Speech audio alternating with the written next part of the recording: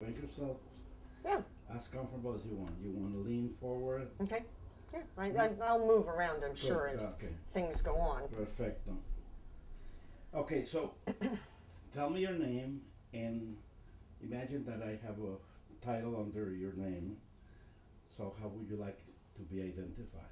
Professor of anthropology. So LindaGreene, and I'm a professor of anthropology at the University of Arizona. Okay. Well, muy bien, Linda. This is good. So, would you please put the migration of Guatemalans in the context of, in the historical and political context of the war, the CAFTA, NAFTA, and the new mining practices? Mm-hmm, mm-hmm. Well, the counterinsurgency war did a number of things. Let's go back. Like, talk to a public that does not know about the counterinsurgency war. Okay.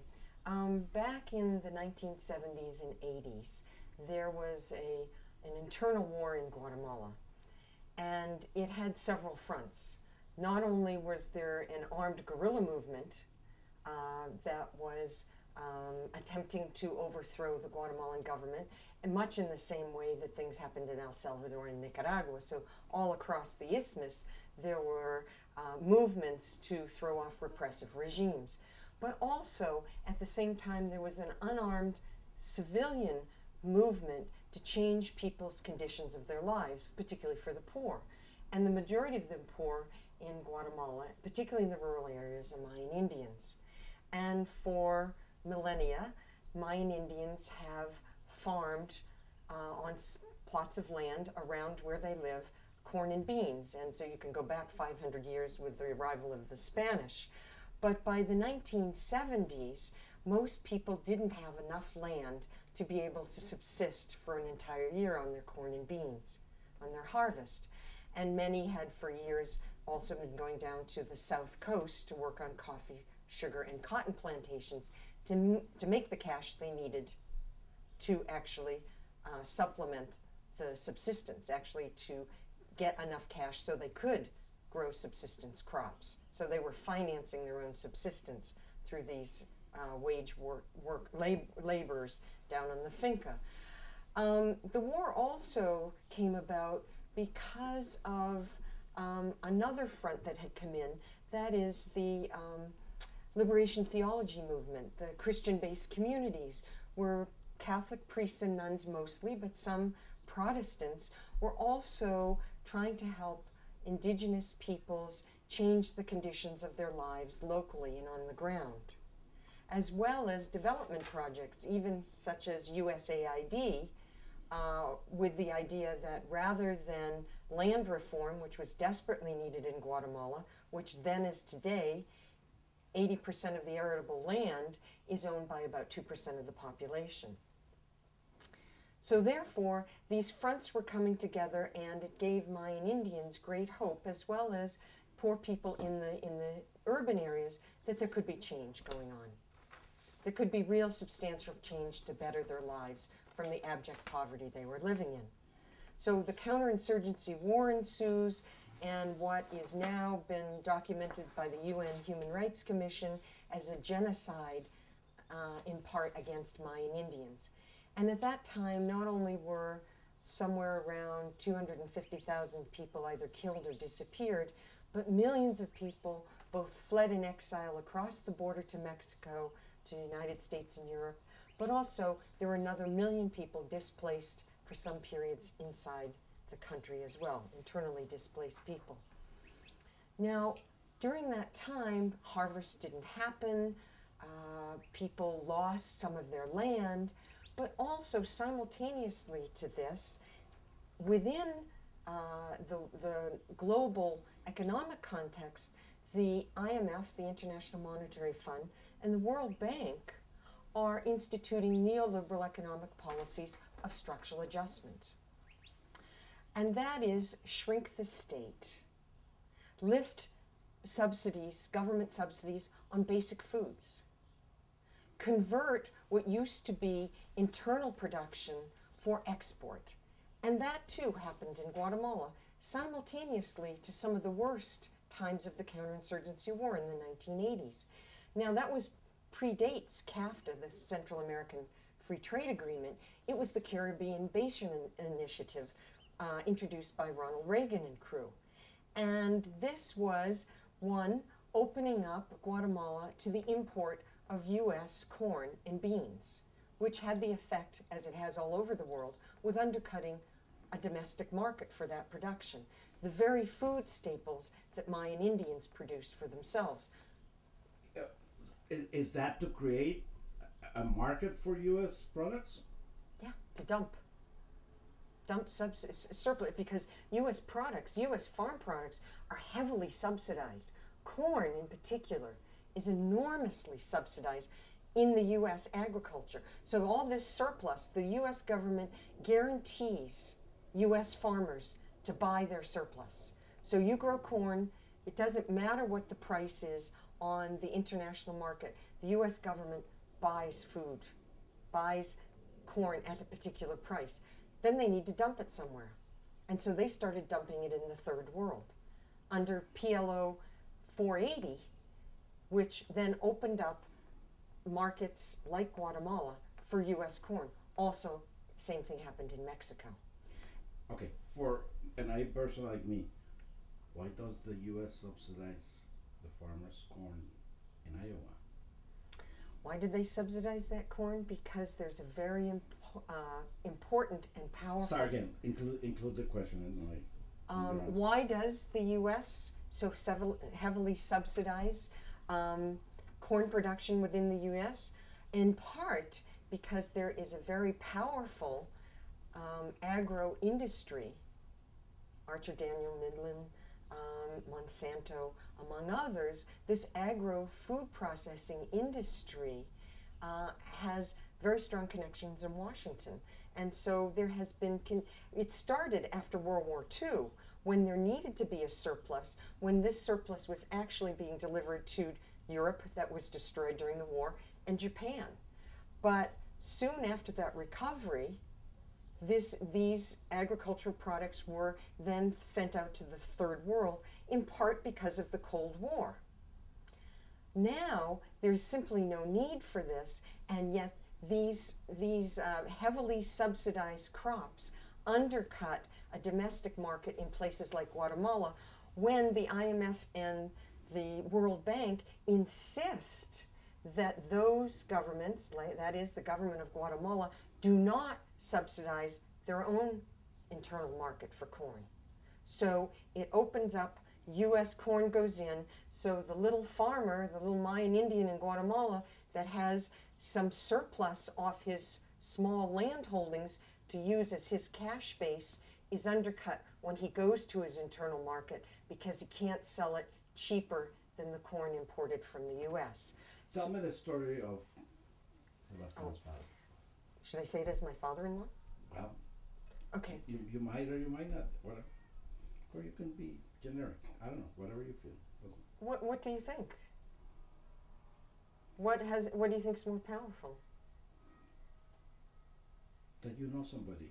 Okay, that I know whose father, yeah. Okay.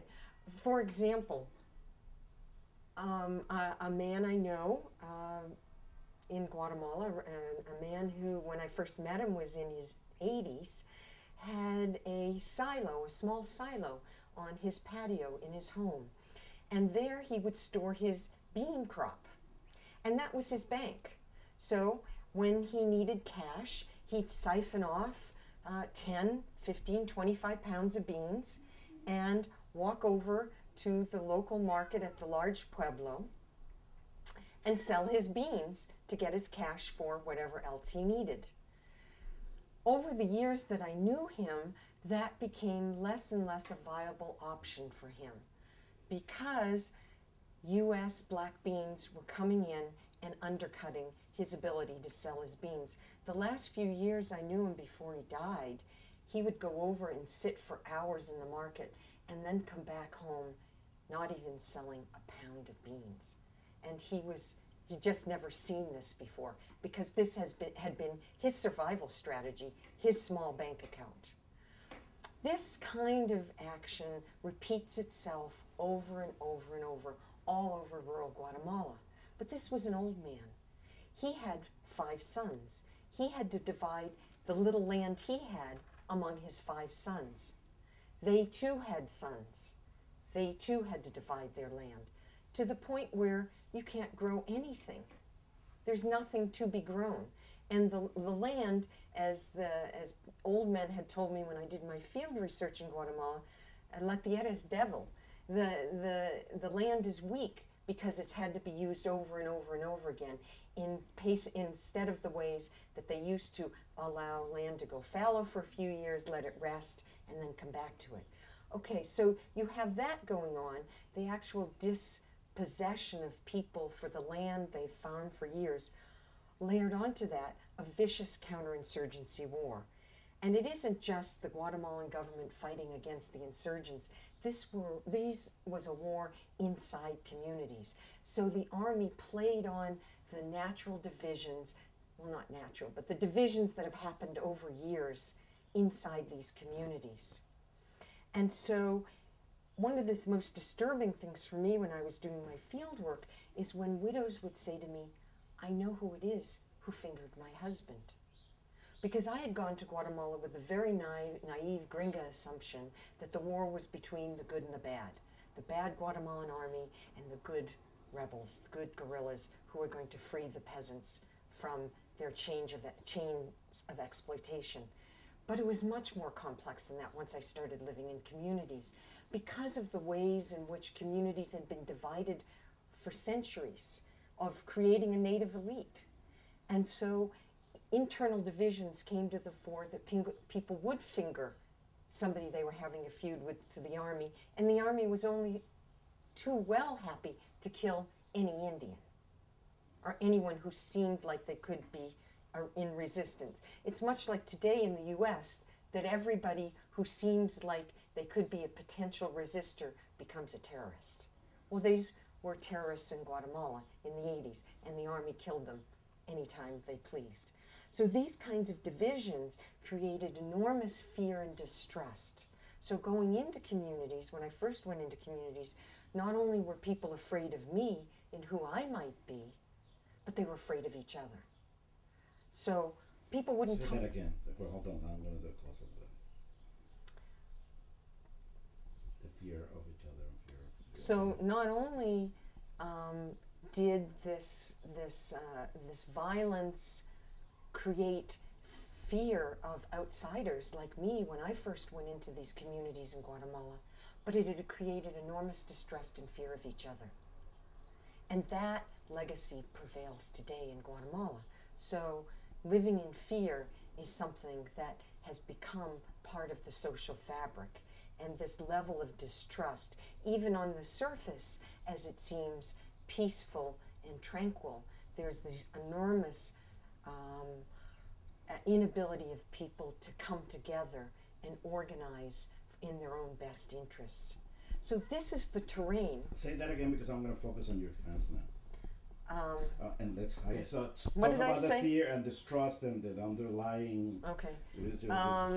So what the social fabric of these communities? This is sort of the public secret of what life is like in rural Guatemala today. Is that on the surface it seems as if peace has come, that it's tranquil and all, but just below the surface is all the mistrust, the ways in which people have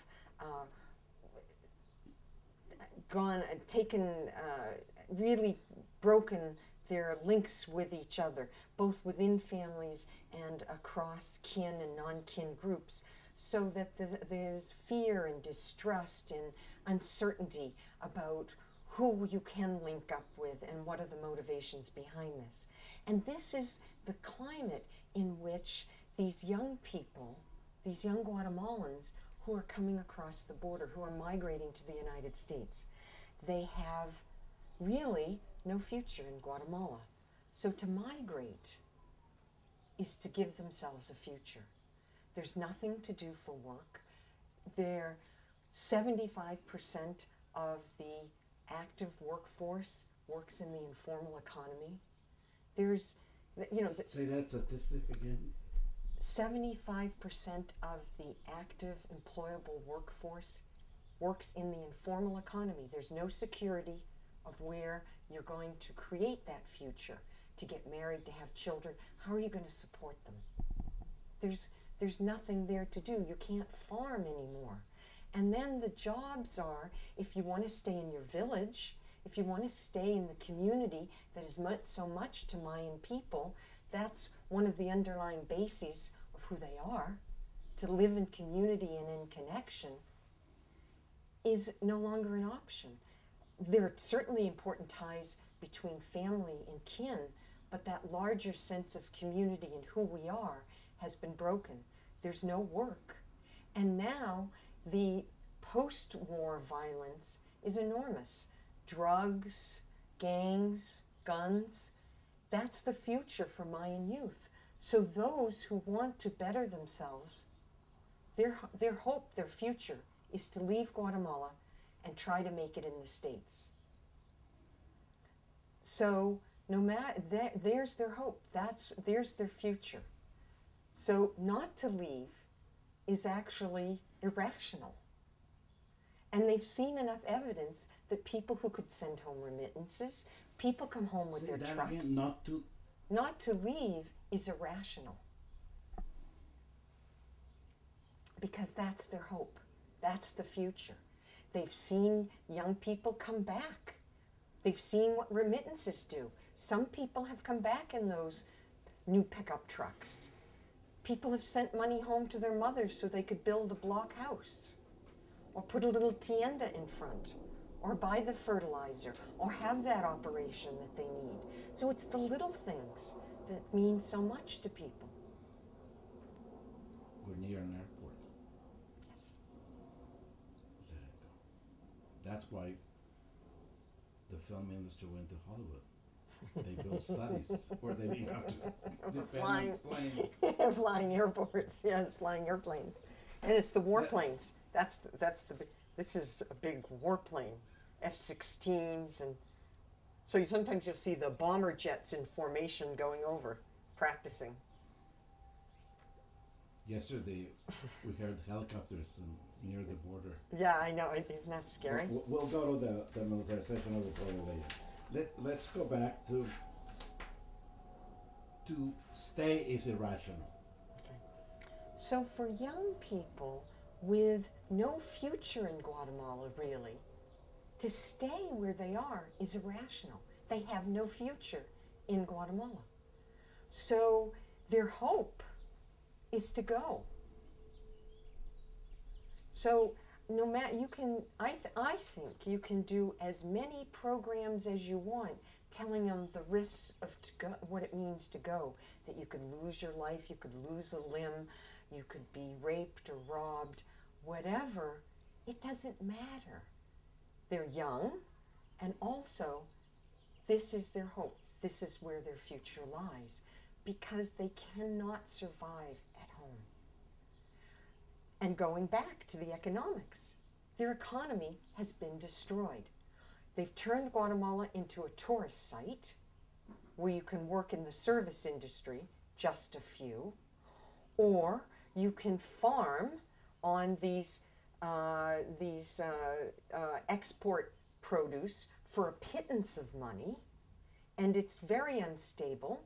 You don't know if you'll be hired for the next round, and you can barely live on it. You make, for at best, $4 a day, $4 US a day. And that you can barely feed your family. The other alternative, join a gang, get involved in the drug trade. So the same as here for young people who are at the bottom. So this is the newly created disposable population brought to us by the World Bank, the IMF. The neoliberal economic global policies bring us large swaths of people that no longer have any value. This isn't the reserve army of Marx. This is the disposable people. But as people cross the border into the U.S., they have value. They have value for the U.S. agriculture, and they have value for U.S. factories like the agro-processor in Postville, because the only way they could run a profit is with these disposable people who have value. And they have value for the Guatemalan government as soon as they leave Guatemala, because those remittances, until the economic downturn in the U.S., have been propping up the Guatemalan economy. So these people who are disposable, who are nothing, once they cross the U.S. border, have a lot of value for both the U.S. and the Guatemalan governments. At the same time, the little remittances they send home actually allow their family to better themselves even just a little. Okay, two questions. You say little remittances. They add up to very large amounts of money. Now, that's one thing. Okay. And the other one is, you say the only way that agri-processors, for example, can run a profitable operation is with these workers. My question is, they weren't making a profit. They were making a very large profit. Okay. Can those industries be profitable paying decent wages? So, Okay, yeah. Okay, when I said little remittances, I was indexing a World Bank study that talked about the individual remittances on average being sent back to Mexico and Guatemala, for example, are within $200, just $200 at a time. And yet for Guatemala at the heyday, this was amounting to $2 billion a year. wow. Or $4 billion a year. So much so that the foreign export... Start that again. Yeah, it was 40. Was it four? Oh, it was over 4. So when I say little remittances, I was indexing the fact that the actual average amount of remittances being sent each time by individual migrants was only about $200. So they were just accumulating their little bits each time so they could send it home. But those little bits ended up being, in its heyday in Guatemala, about $4 billion a year. So much so that the World Bank started thinking about this as a development strategy. So the very people, the very policies that created this entire aberration against people's dignity, they're now going to convert into a development strategy. The irony of that is almost unimaginable. And yet, as these people cross the border into the United States, they have value both for the U.S. and for Guatemala. And, for example, agro-processor in Postville, Iowa, was only able to make enormous profits off the back of undocumented people, people who have no labor rights. Remember, before, the meatpacking industry was unionized, and there people made a really decent wage. In fact, it was the site of upward mobility for African Americans after the 1960 Civil Rights Act. This was the way African Americans were moving into the middle class. They cut those unions, and now you have a workforce that has to live in fear in the shadows and is afraid to organize, is afraid to demand what are their legal rights, even in the United States, even without proper documents. Okay, go back to the breaking of the unions. How moving from the large cities in Chicago, Omaha, to the countryside was for the purpose of breaking the unions, and ironically, they're feeding their cows on highly subsidized corn. Right. So, Right. I mean, the whole thing is such a racket. It's just unbelievable. Okay, so in the 1960s, we really had some of the beginning roots of neoliberal policies in the United States. And that was to break the unions in the industrialized North. One union that was broken was the meatpacking industry, particularly out of Chicago. And this was the place for upward mobility for African Americans. They were moving into the middle class with decent paying union jobs, with benefits, etc., and allowing people the dignity of their work.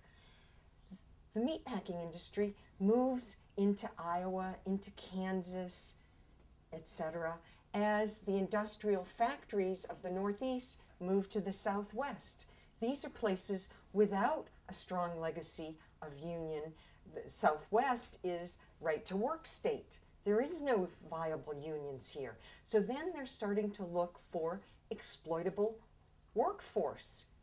Hence the beginning. And where do we have that happening? We're breaking the backs of the small peasant farmer in Mexico and Central America with the same policies of International Monetary Fund, the World Bank, those neoliberal structural adjustments. So we have a number of currents converging together to create a site in Iowa where you have agro-processor and you have cows that are being eating highly subsidized corn by the United States. So we have a confluence of federally subsidized food and agro-industry, and the only piece missing are those workers that can be highly exploitable.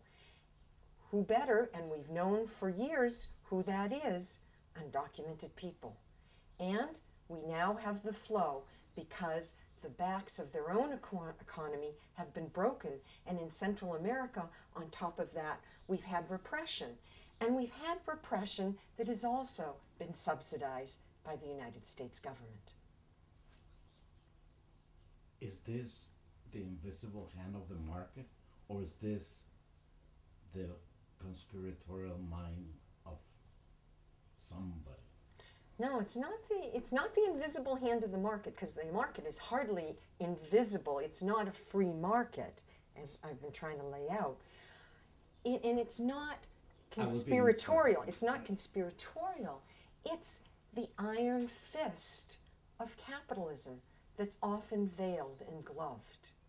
But these two things work together. Capitalism is about profit. Capitalism about maximizing profit. And no, you don't need the Trilateral Commission in a boardroom. That would be easy. Then we could just take it apart. This is about the confluence of forces that work together to produce this. Did the United States orchestrate the repression in Guatemala? Of course not. Did it lay the groundwork for it? Absolutely. The 1954 coup, the training of and arming of the Guatemalan military in how to torture, repressive tactics, how to get your folks in line. Absolutely. But then the Guatemalans have been extremely clever. They're not dumb people. They've put together what they need for their profit maximization, and that's what's taken place. But the consistent piece for 500 years, if you look at Guatemalan history, has been on the backs of the poor, mostly Mayan, but also the Ladino, the non-Indian people have also borne the brunt of this exploitation. And when needed, they were always happy to move in with repression. If people have been willing to go along with the program, no problem. When they start to resist, in comes the iron fist of repression. And this is not a story unique to Guatemala. This is the story around the world, and we can find any number of examples. This just happens to be the story that's taking place right now in the countries that Reagan called our backyard. So here are our neighbors in the backyard coming in to the United States, but because of the ways in which we've passed immigration policies, we make sure that they are in the shadows and will not murmur. Remember, some of the largest demonstrations for immigration rights took place in 2006. Not within a month after that did ICE, the Immigration and Customs Enforcement Agency, start beefing up and the raids on migrant workplaces began in earnest. They were there, happening bits and pieces, kind of like counterinsurgency. The early counterinsurgency in Guatemala was about picking off particular people and letting people know, subtly and not so subtly, like a dead body in the side of the road, a head strategically placed here and there, that you better watch out. If you don't heed it, then the larger scale repression comes in Guatemala, the massacres. If you didn't get it with the subtle hints, we'll give it to you full force. Well, in some ways, not exactly, but in some ways, the ICE raids mimic some of that. And there's reason for that. There was a strategic policy, and this part I have to look for the data. There was some strategic policies that came out of an Army Institute with regard to immigration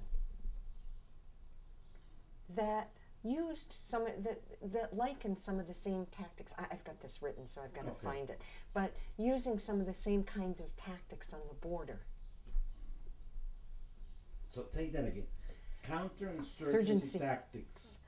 In some ways, my ICE practices mimic, not full scale, but mimic in some ways, some of the same counterinsurgency policies that happened in Central America in the 1980s. Okay, and we'll make a note to look that up, and it's in one of those articles. Oh, you can look now. Guatemalan migration. Let me say that. Fear of the title of the article is "The Fear of No Future: Guatemalan Migrants' Dispossession and Dislocation." Let me see if I think it's in here. Where did I? Is this one? I've done so many different pieces of this. I can't remember. I think it's in here. Families, peace accords. I haven't even got to the peace accords. Oh yeah, I need to put the peace accords in.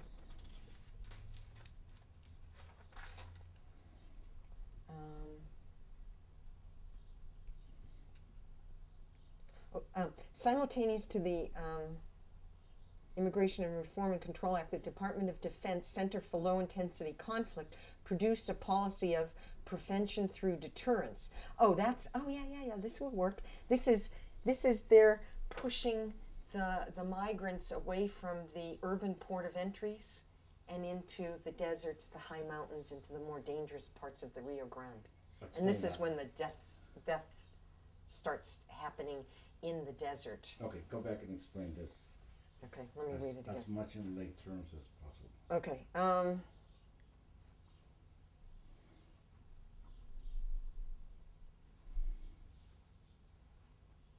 Okay. It's the highest number of border crossings accidentally. Okay.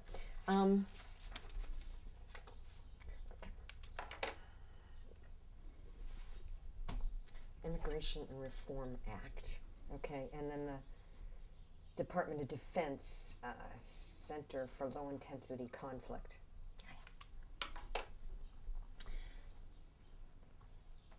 Now, during the Clinton administration, not only was NAFTA passed in 1994, but almost simultaneous to that, in 1996, the Immigration and Reform Control Act passed.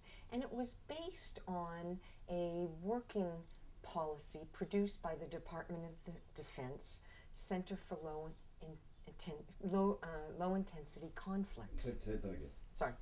In 1996, the Immigration and Reform Control Act was passed, that is immigration reform, and it was in part based on some policy work done at the Department of Defense, the Center for Low Intensity Conflict. That is, the policy being deterrence, the policy being... I'll go to your hands. So okay. You can... The policy being prevention through deterrence. The idea is to reroute the high volume of migrants who are crossing at the urban point of entries in San Diego, Tijuana, San Diego, Nogales, Arizona, and El Paso, Texas. Say that again. Okay. Just enumerate the Okay. the So in the centers. urban ports of entries, large numbers of people at that time were actually rushing those ports of entries at Tijuana, San Diego, right into oncoming traffic, and people were being killed. As they ran right into traffic, people were running them over. So there was a shift from trying to reroute these large number of migrants, moving them into the high mountains of the deserts of California, the deserts of Arizona, and the more dangerous places to cross the Rio Grande. What was the rationale? I mean, not the. What was the one that they? Their rationale behind this was by moving them into these more dangerous areas, people would not cross. That would deter them from crossing these dangerous areas, and so they wouldn't come, or they'd just go home when they got to the border and saw what it would entail to get into the United States. Of course, that's a fallacy, and actually there have been some documents to show that they didn't even really believe that themselves. But it did accomplish two things. It put migrants and what was happening to migrants out of sight, so that we in the United States didn't see what was really going on. And the other consequence of that policy was it allowed for the intense militarization of the border. So they now justified an increasing internal border security by more and more money into the budget to hire more and more agents, and as we've seen, increasing technology. We have this fantasy of the electronic fence. We have Black Hawk helicopters. We have, stadium lights and all kinds of high-tech things to supposedly deter migrants from coming across. Of course, it doesn't work, and nothing ever will, because of people needing to come. This is their last hope. As I've had migrants say to me, I have nothing to lose. When you talk to them about the dangers, they say there's nothing to lose. This is my hope for the future. So they come. Remember the Dylan song, "Freedom's Nothing." Yeah, exactly. So they come, but they come and now they die in the desert. Every year since 1999, the death toll in the Arizona desert mounts. So in effect, we have a mass clandestine grave out there, because even, every year now we have 200, 300, 400 found bodies in the deserts of Arizona. And those are people or bodies that are just stumbled upon. There's no concerted effort to go out and look for bodies. These are just happenstance, or perhaps a family member will call either the consulate or will call the medical examiner's office saying, we've been missing Juan. He left 4 months ago, no word. And that is the only way that people go out to search. Or perhaps on the migrant trail, one of the humanitarian groups will come across a border, or a neighbor living along the desert will find a body. And that mounts up to 300, 400 people a year. How many people out there? We have no idea. So now we have our own clandestine grave, just like in Guatemala, with some of the same people dying here. So those kinds of connections between what happens in Guatemala, what happens in Mexico, now happens in the United States. And it's not by happenstance. These are policies put in place, not conspiratorial policies. These are policies that put in place that allow for unfettered capitalism, free market capitalism, to continue to produce its profit. Go back and make that connection between the low-level counterinsurgency of picking labor leaders or people that are visible, with the low level immigration policies, and then the change to massacres there and to big raids here, if you will, please. There's some interesting correspondence between the counterinsurgency war and the way in which repression worked in Guatemala in the 1970s and 80s. Initially, the repression worked by just picking certain people off, picking off certain leaders. When I worked in the communities in the late 1980s, people explained this to me, how it first happened. First, there would be a leader of the church group, the Christian-based communities. They'd pick off a leader, pick off a priest, pick off a labor organizer, or somebody involved with the farmers' demands, the cook, looking for just taking 1, 2, 3 people out of a village, leaders, health promoters, whatever, to scare people. You'd find a body ahead, somebody's disappeared in the night. Men would come dressed in camouflage, take them away. And to create this fear and distrust on a daily basis. When that wasn't particularly effective, when it didn't stop the clamor for justice in Guatemala, they moved in with wholesale repression. Then the army moved in and they'd massacre whole communities that were deemed to be resistant. Terrorists. Everybody, women, children, old people, gone. Burned them alive in many instances. Now, if you think about what's happening in Arizona and the United States, and you think about this large clandestine grave here in the Arizona desert, as individuals cross this prevention through deterrence, thinking that it would stop the flow to some extent of the people coming. And so people would die. But it didn't touch it. It didn't halt the large number of flow of people. And in its height, probably around in 2006, there, in just the Tucson sector of the Arizona border, there are estimates between 4,000 and 10,000 people are crossing a day. It seems unimaginable, but true. Say that figure again. At the height of the migration through the desert in Arizona, between 2004 and 2006, somewhere between, just on the Tucson sector of the border, about 200 miles of the Arizona border, estimates were between 4,000 and 10,000 people crossing a day. 4,000 to 10,000 people a day crossing, by estimates. No one knows for sure,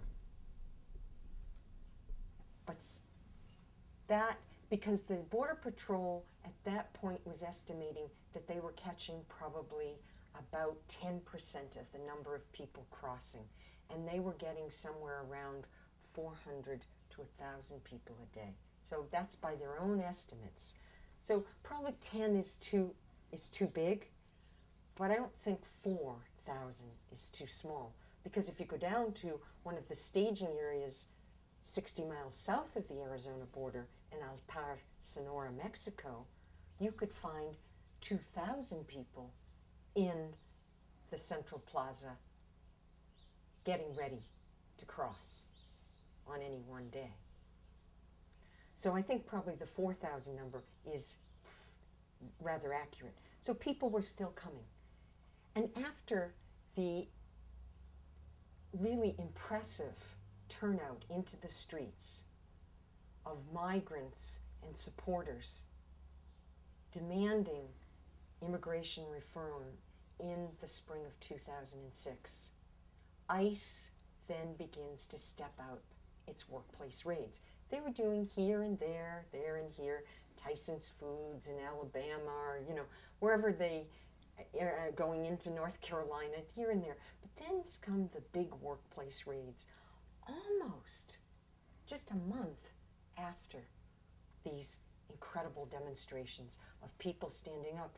And there was a study done that estimates that the majority of the people demonstrating in these immigrant rallies were undocumented people.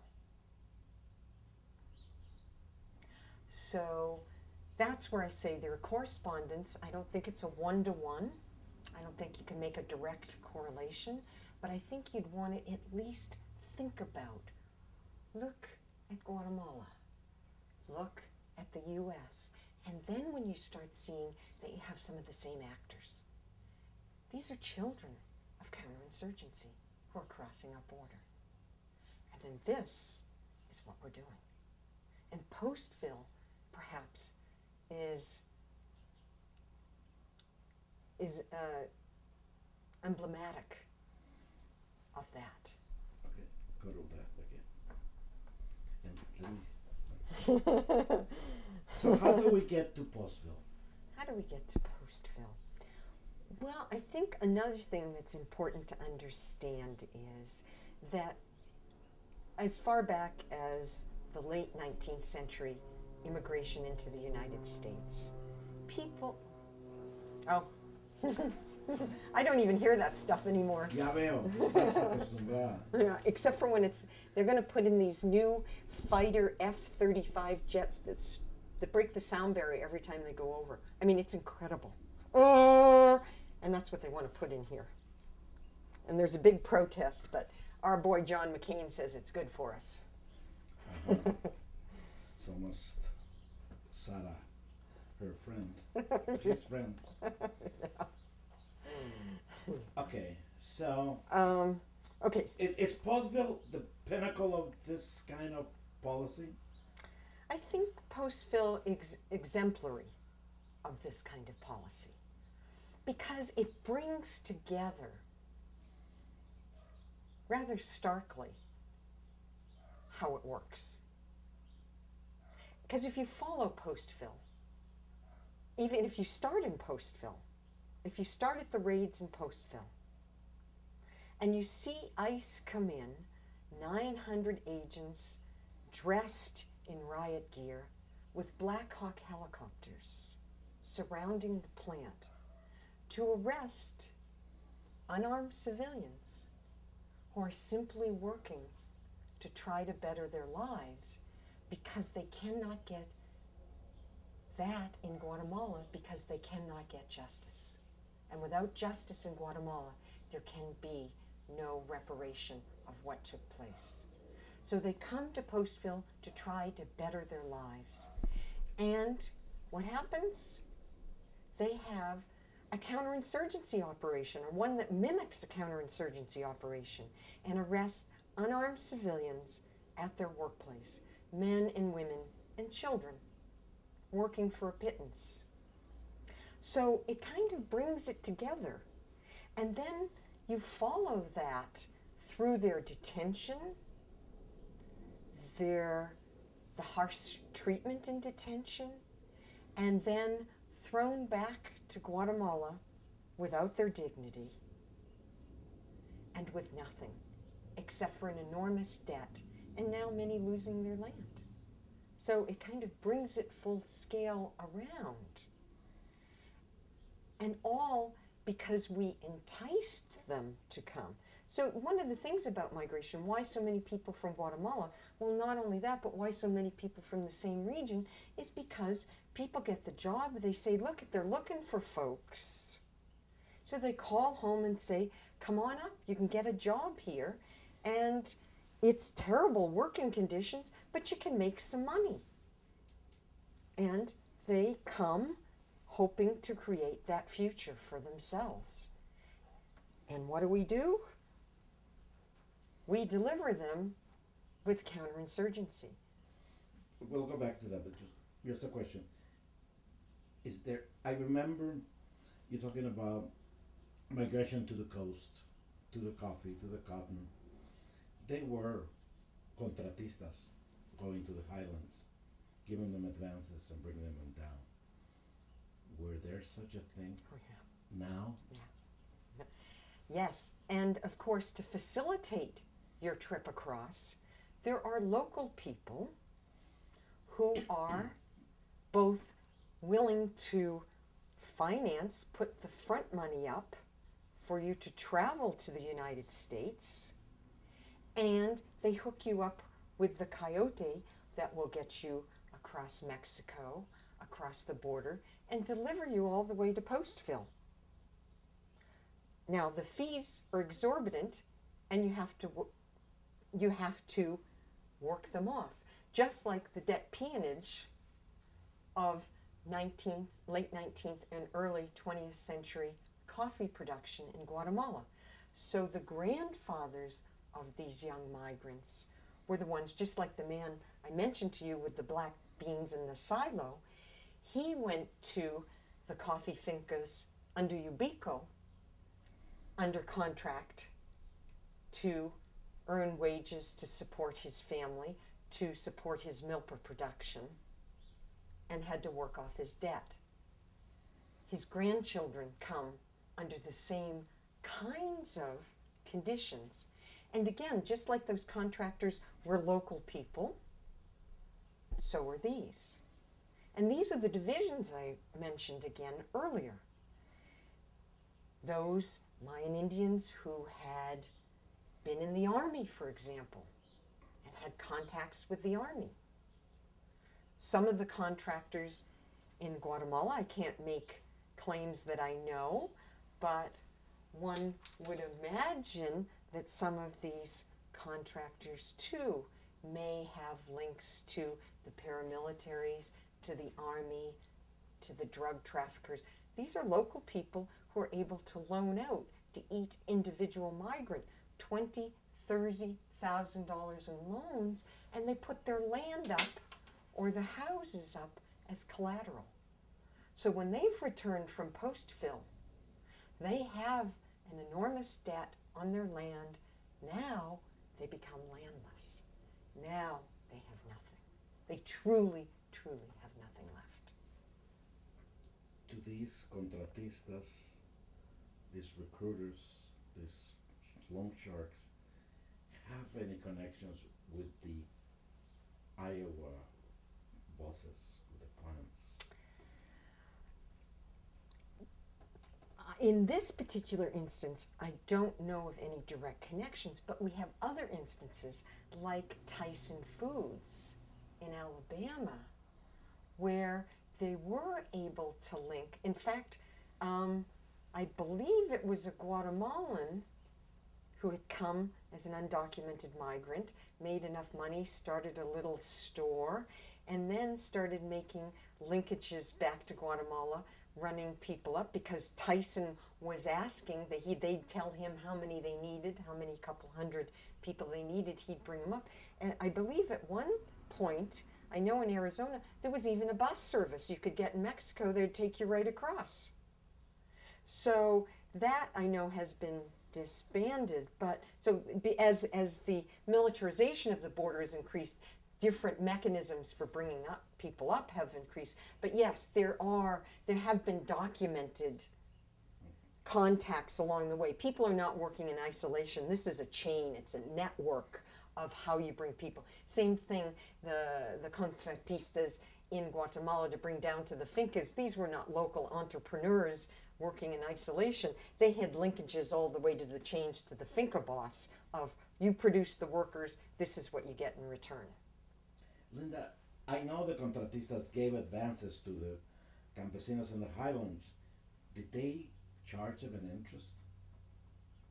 The contratistas? In the coffee, cotton? I've never seen that. No, me neither. I don't know. I don't, you know, that would have to be in the historical record. Or, you know, I guess probably most of those contratistas are now dead, huh? Yeah, that would have been a great question, you know. They had to be doing it for something, right? Something, they were in it for something, not just the good of delivery. Or was the somebody was the plantation paying them to do it? Probably, right? Somebody was paying. Somebody was, you know, what interest often came in in the thumb too, didn't it? Right? You put your 100 pounds on, or you know, I mean, I had many people tell me you put your 100 pounds of beans up, you know, your costal, and they'd say, that's only 75. I'm only paying you 75. There was the interest. There's the interest. You've seen the cost of cotton. I'll stop it. For the good of it, right? Well, it's like the overtime. Yeah, same thing. They were getting paid overtime, or they were paying less hours to the postal workers, and they And were. Sebastian finds that all the time here. Or they do all the work and they say, it's not up to my standards, I'm not going to pay you. Well, back to Postville. They do this raid. A question everybody asks me, and I ask everybody, is why Postville? Why with such brutality? Why at such a big cost? Why so well planned?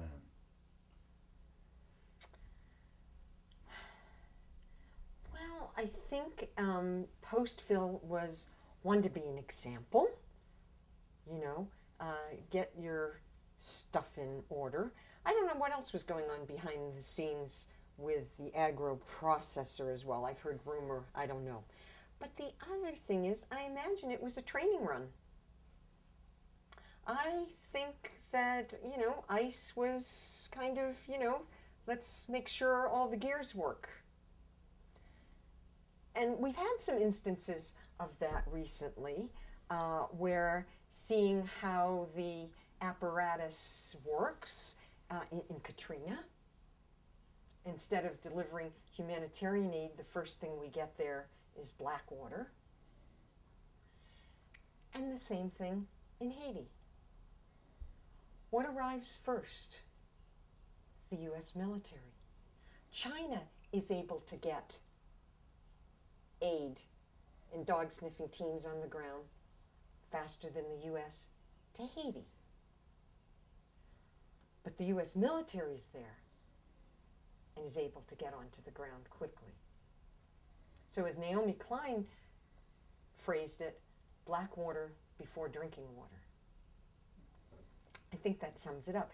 And I think, you know, again, not to be conspiratorial, but I think you can't look at these things as isolated events, because if you're looking at this as an institutional apparatus, you're watching how getting people on the ground, being able to move people quickly from one piece to another, and then in through the courts and on your way to detention. I mean, I think you have to look at that. I think you have to look at these raids and realize that prior to these large raids, a piece that was put in place was detention facilities able to accommodate them.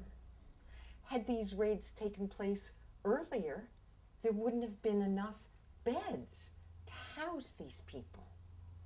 But back again in the early 2000s, you start seeing large grants contracts being given to Kellogg, Brown and Root, the Corrections Corporation of America, to build detention facilities along the border states that allows for these beds. So you wouldn't do a big raid before you had the actual institutions in place to receive them.